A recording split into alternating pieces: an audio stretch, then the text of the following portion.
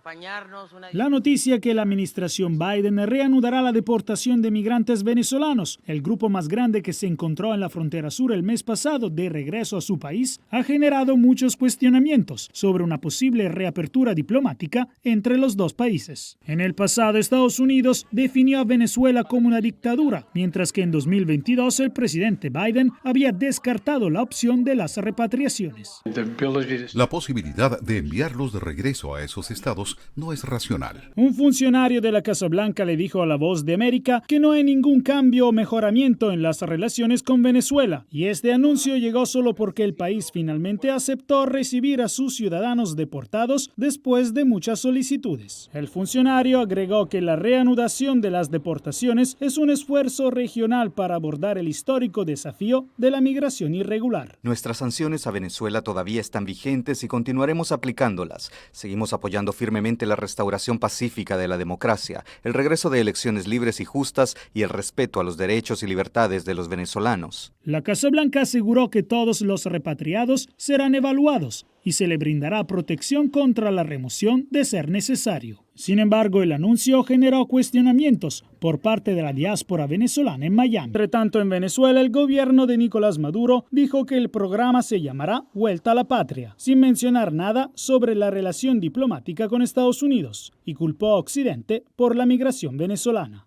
La migración venezolana de los últimos años es consecuencia directa de la aplicación de las medidas coercitivas unilaterales y el bloqueo a nuestra economía que se nos ha infringido de manera ilegal, ilegítima y reñida con el derecho internacional. En el Congreso no hubo muchas reacciones a la noticia de las deportaciones. Por ejemplo, el senador de Florida, Marco Rubio, afirmó en las redes sociales que Estados Unidos no tiene que tolerar ninguna migración en masa, sin pero referirse a las repatriaciones. Desde Washington, Jacopo Luzzi, Voz de América para Telearuba.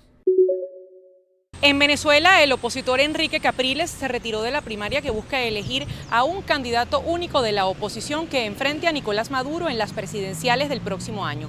Capriles alegó que no competirá porque no pudo lograr que el gobierno le levantara la inhabilitación política que le impide medirse en elecciones. Las primarias serán en apenas 2 semanas, el 22 de octubre, y la favorita en las encuestas es la ingeniero de 56 años, María Corina Machado, quien también está inhabilitada, pero quien ha manifestado que no cederá y que llegará, como ella misma dice, hasta el final.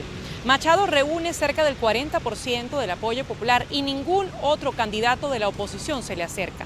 La primaria opositora aún enfrenta otras amenazas por parte de grupos chavistas que han pedido ante el Tribunal Supremo de Venezuela suspender esta contienda, pero también hay miembros de la oposición que dicen que no es posible llevarlas adelante por falta de logística. Sin embargo, los organizadores de la primaria afirman que por el momento nada les impide hacerlas en la fecha prevista el 22 de octubre. Desde Caracas, Venezuela, les informa Adriana Núñez, Rabascal de La Voz de América para Telearuba. Estados Unidos ya empezó a enviar municiones y equipo militar a que Israel requiere con urgencia y el Pentágono revisa sus inventarios para ver qué más puede mandar con la mayor brevedad para reforzar a su aliado en la guerra contra Hamas. Pues así lo informó un alto funcionario del Departamento de Defensa el lunes.